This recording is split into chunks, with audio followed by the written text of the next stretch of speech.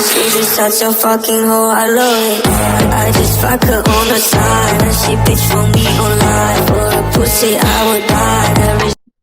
Hey y'all, it's Deja. Make sure you come join me at Double Rock Park on June 8th. Can't wait to see y'all. See you there. What's up, y'all? This your boy Silver Wolf TV. We got at Double Rock Park. This is the park we're gonna be doing the first annual cookout. Silver Wolf TV.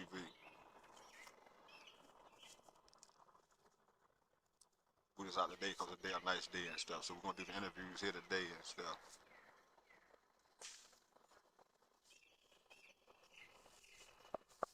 OG, what's going on, my guy? Man, what's going on? And what's going on, YouTube? Once again, man, I want to continue on my Saga prison story. The thing I want to talk to y'all today about is something that really goes overlooked, especially concerning the taxpayers in the state of Maryland. One, we know that being in prison is a punishment. Therefore, you don't expect Gordon Ramsay to be back in the back, cooking. However, it's really bad, and a lot of the food is donated. So these companies, and it's not like they're giving, nice food. Everything is basically soybean, right? The meats, everything, right? And a lot of times the food even be spoiled that they cook, or it be freezer burnt from being in the freezer for so long, right? These are just many of the things that you have to deal with in there, and it's sad because in many cases, the chefs and the guys that work in the kitchen are told that if they say something, that they'll have to go to lockup, right? And one place in particular that this is running rampant, and I can only believe that is no overseer of them, although they have the commission of correction. It's no real overseer of them, right? Because these people do it on a regular. At one time, you even had kitchen staff up North Branch, and this is the prison I'm talking about up in Cumberland, Maryland. You even had kitchen staff was actually pulling their pickup trucks up, in true hillbilly form, and sit in there and load the back of their pickup trucks up with the food that was left over. But they would lock a guy up and send him to lockup for 6 months if he dared take something out of the kitchen. You know,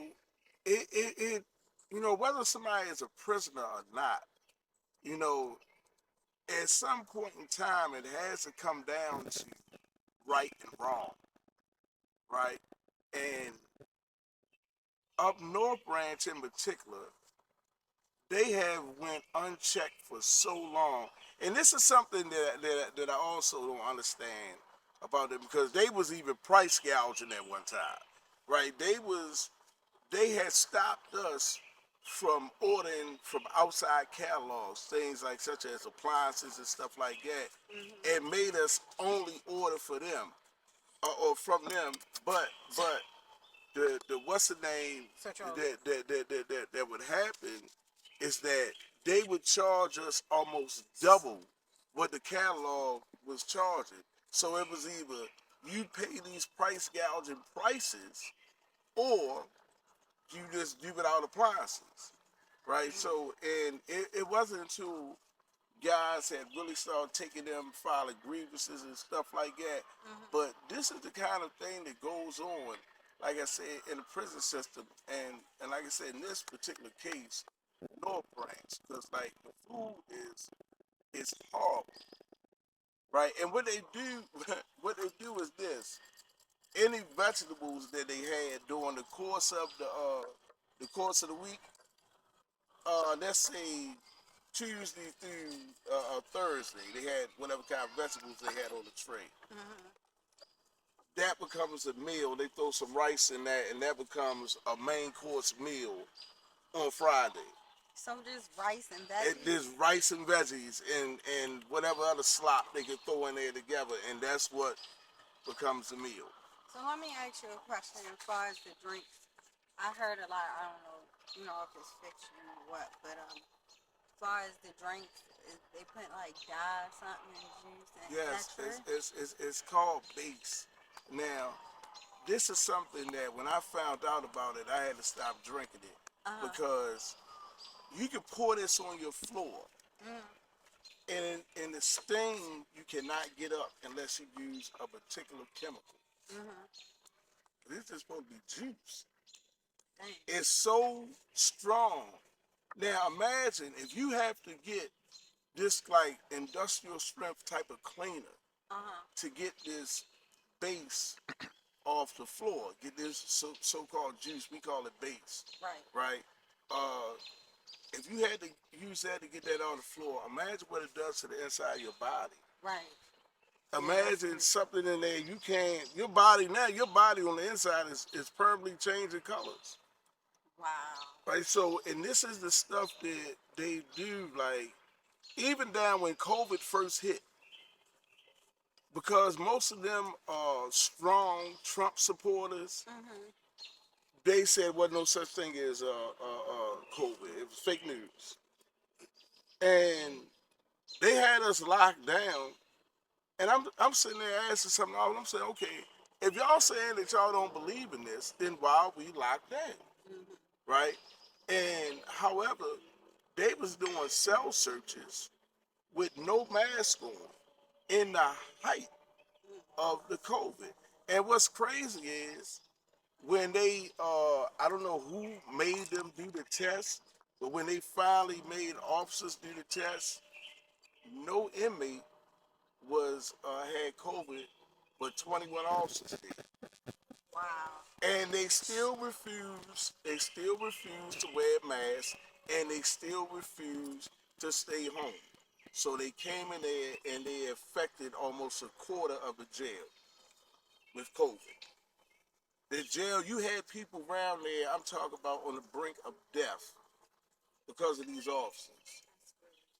And what they were saying at first is that, oh, well, y'all just got the flu.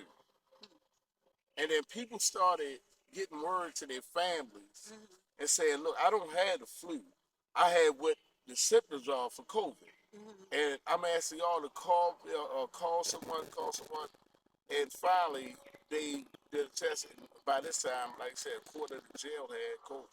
So they weren't given anything to help with the COVID, like you No. know how we take the tea, the lemon tea, the No. ginger. You in prison when you get sick, their main cure for you being sick is Tylenols 325 and 600 milligram ibuprofen. That's what you get when you get sick in prison. Nothing else. Man. So, so But they'll quickly give you psychological drugs, the stuff that have you hallucinate and all that. They'll prescribe you something like that, the heartbeat. But things that are actually help cure you, the health and stuff, no. so far as the if you didn't drink the base, what were you drinking? Water. Water. So they give you water, or you No, have. you get water out the faucet. Oh, so you had a faucet in each cell. Yeah, you get water. Yeah, you got a faucet each cell. That's every cell. The toilet is also people to the sink. Right, you have the sink, and it's right here. And then you have the toilet that's hooked right up to that. It's the same thing. So, Damn. you ever hear that song Benny Siegel used to say? I can't remember the name of it. He said, "You gargle in the same water you spit, in the same water you shit." That's why he's saying that, because the same water that you use to brush your teeth, wash your face, everything in the morning, that's the water in the toilet that you use to defecate. Damn. So it's like some big broke nose shit. Right, and it's that bad, right? And like I said, like when they wanted, I've been put in a cell that they knew that was broken, but it was because they was trying to break me psychologically. And what happened was they put me in a cell that with a toilet that had been stopped up for weeks, and it had urine and feces filled all the way up to the rim. All I could do was when they would feed me, I would take these, like you might have a sandwich or something in Reynolds wrap, and I would take the Reynolds wrap to pull it over the toilet to keep from the smell. And, you know, and I didn't eat, so it would try to keep me from going to the bathroom and things of that nature. So that's the type of stuff that goes on in there. They got a guy, I can't remember his name up there. This is a horrible, horrible human being because he's a child molester. And not only because he's a child molester, he brags about it. And he brags about the day looking forward to the day he get a chance to get out and do it again.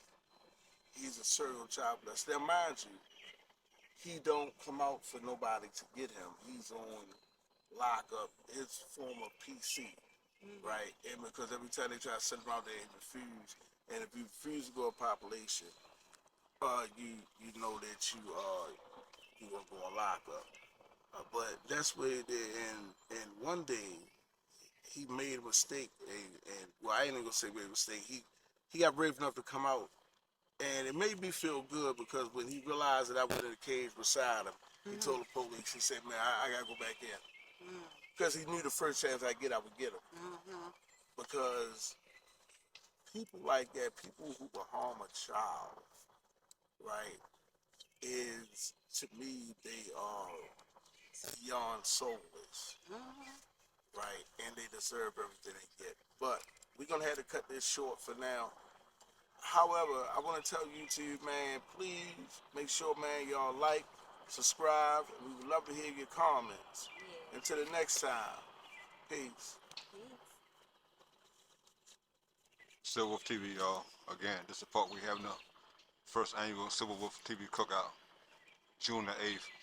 This is around and real pretty out here. We outside. Nice temperature today, Baltimore, Maryland. Thanks for watching. Silver Wolf TV. Peace. God bless.